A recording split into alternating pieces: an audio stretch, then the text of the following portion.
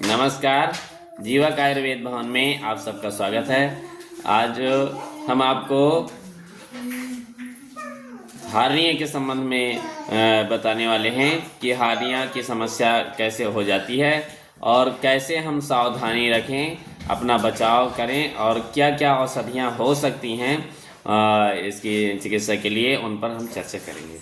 तो सर्वप्रथम जानते हैं कि यह होता कैसे है। तो मूल रूप से वात को कुपित करने वाले जब हम आहार विहार करते हैं तब यह समस्या हमको बनती है। तो इसके साथ ही हम क्या ऐसे कारण होते हैं, तो जैसे आप बहुत अधिक शीतल जल में घुसकर स्नान करते हैं, शीतल जल पसंद है आपको, उसके कारण हो जाता है। मल मूत्र का वेग आ रहा है और आप किसी कारणवश नहीं जा पा रहे हैं, उसके कारण भी होता है। और वेग नहीं है, अधिक प्रयास से आप शौच के लिए या मलमूत्र का वेग करने जाते हैं, उसके कारण भी यह हार्निया की समस्या होती है। उसके अतिरिक्त आप अपने से बहुत अधिक बलवान व्यक्ति से लड़ रहे हैं, मल्ल युद्ध करते हैं, उसके कारण से भी हो जाता है। अत्यधिक भार उठाकर चलते हैं जो अपनी क्षमता से भी अधिक है और आप भार उठा रहे हैं, तो ऐसा भार उठाकर चलने से भी यह हार्निया की समस्या होती है। इसके अतिरिक्त जैसे जो धनुष चलाने वाले लोग हैं, बहुत अधिक वह कड़क है, अत्यधिक बल लगाने से प्रत्यंचा चढ़ती है, उसके कारण भी हो जाता है। और यदि आप टेढ़े मेढ़े चल रहे हैं, अच्छी तरह से नहीं चलते हैं, तो उसके कारण भी यह हार्निया की समस्या होती है। और अत्यधिक आप यात्रा करते हैं, बहुत अधिक यात्रा करते हैं या पैदल चलना, यात्रा का आशय यहाँ पैदल चलने से है, तो अत्यधिक पैदल चलने से भी यह समस्या हो जाती है। अब जैसे ये आप समस्या से पीड़ित हैं, तो आप क्या करें, क्या क्या उपाय हो सकते हैं इससे बचने के लिए, ठीक करने के लिए। तब इसमें कहा गया है कि समस्त प्रकार के जितने भी प्रकार के होते हैं, 8 तरह के यह समस्या होती है हार्निया से संबंधित। तो जो आपका कैस्टर ऑयल है, यह बहुत अच्छा इसका परिणाम है। जैसे आप 250 ml दूध लेते हैं, दूध को गर्म करें और उसमें 25 ml आप कैस्टर ऑयल मिला देते हैं, उसको आप लेते हैं शाम को, तो या सुबह शाम ले लीजिए या शाम ले लीजिए, तो उसका नित्य सेवन करने से यह हार्निया की समस्या धीरे धीरे ठीक होने लगती है। इसके अतिरिक्त जो शास्त्रोक्त औषधियाँ हैं, उसमें से आप जैसे वृद्धिवादिका बटी है, संध्यावाद्य तेल है, शतपुष्पाद्य तेल है, या आम गंधर्वहस्त तेल होता है, आम वाताई रस, पुनर्नवादि गुग्गुल, महायोगराज गुग्गुल, त्रिफला गुग्गुल, सिंहनाथ गुग्गुल, बिल्वादि चूर्णम, वातारी रस, चंद्र प्रभावटी, ये अत्यंत लाभकारी औषधियाँ हैं। इसके अतिरिक्त आपका चव्यकारिष्ट बहुत सुंदर काम करता है। इसके साथ ही आपका रासनादि क्वाथ, यह भी बहुत सुंदर इसका रिजल्ट आता है। और यदि इसके अतिरिक्त खान पान हमारे को ध्यान रखना बहुत ज़रूरी होता है। तो इसमें क्या खाएं, अर्थात पथ्य कैसा पालन करें, तो कहा गया कि पुराना आपका चावल हो, पतला चावल जिसे कहते हैं, ऐसे चावल का प्रयोग करें सेवन में।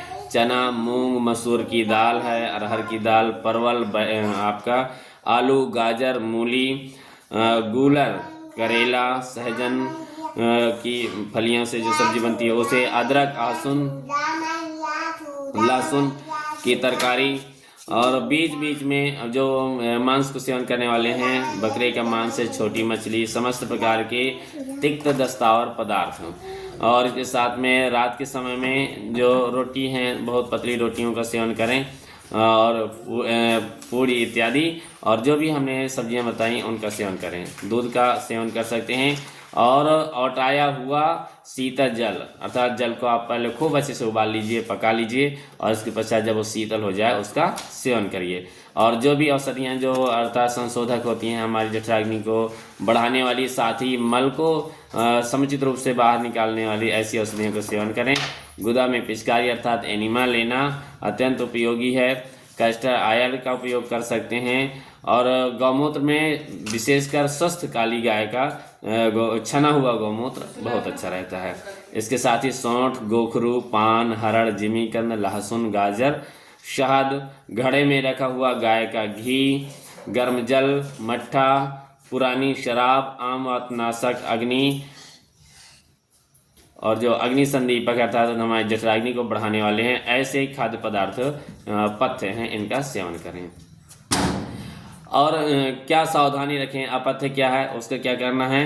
तो जो विरुद्ध स्वभाव वाले अन्न हैं, पान हैं, अर्थात पीने वाली जो चीज़ें हैं, उनको छोड़ देना है। अत्यधिक क्रोध करना, हाथी घोड़े की सवारी करना, इसके साथ ही साइकिल मोटरसाइकिल में चलना, रिक्शे पर चढ़ना, अत्यधिक चलना और जो वजनदार चीज़ें हैं उनका उठाना, अनुपदेश के पशु पक्षियों का मांस, दही, उड़द, पिट्ठी, दूध से निर्मित पदार्थ हैं, और जैसे बड़ी पीठी से बनने वाली जैसे बड़ी हैं इत्यादि नहीं सेवन करना है। पोई का साग है, जो भारी अर्थात गरिष्ठ हैं, देर से पचने वाले भोजन है, ऐसे भोजन को नहीं लेना है।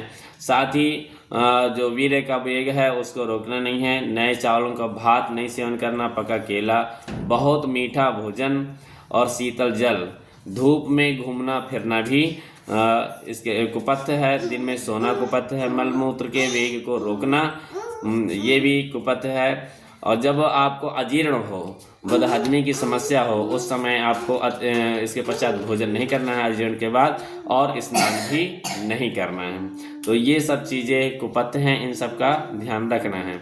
यदि आप इन सब चीज़ों का ध्यान रखते हैं तो जल्दी ही इस समस्या से आप मुक्ति पा जाएंगे। जो हमने औषधि बताई, यदि आप उनको सेवन नहीं करना चाहते हैं या आप लगता है कि कोई ऐसी औषधि हो जो वैद्य जी के माध्यम से मिल जाए, यह जो आपके सामने रखा हुआ है यह हार्निया को दूर करने वाला योग है, जिसका बहुत ही सुंदर रिजल्ट है। आप इसका सेवन कर सकते हैं। तो आप सब लोगों ने बहुत समय दिया, आप सबको बहुत बहुत धन्यवाद। और जो अभी हमने योग बताया, इसका यदि आप योग यूज करते हैं तो धीरे धीरे यह हार्निया की समस्या पूरी तरह से ठीक हो जाती है। आप सबको जय श्री राम।